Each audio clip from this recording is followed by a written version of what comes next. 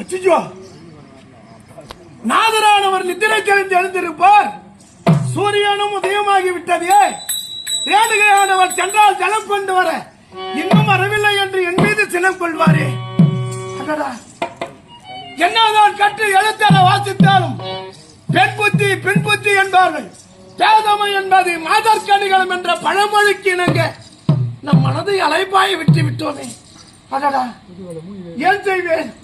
இறைவா, இது என்ன சோதனை? ஆண்டவா, ஜெகதீஷா, பரமேசா, கங்கா ஜலம் கொண்டு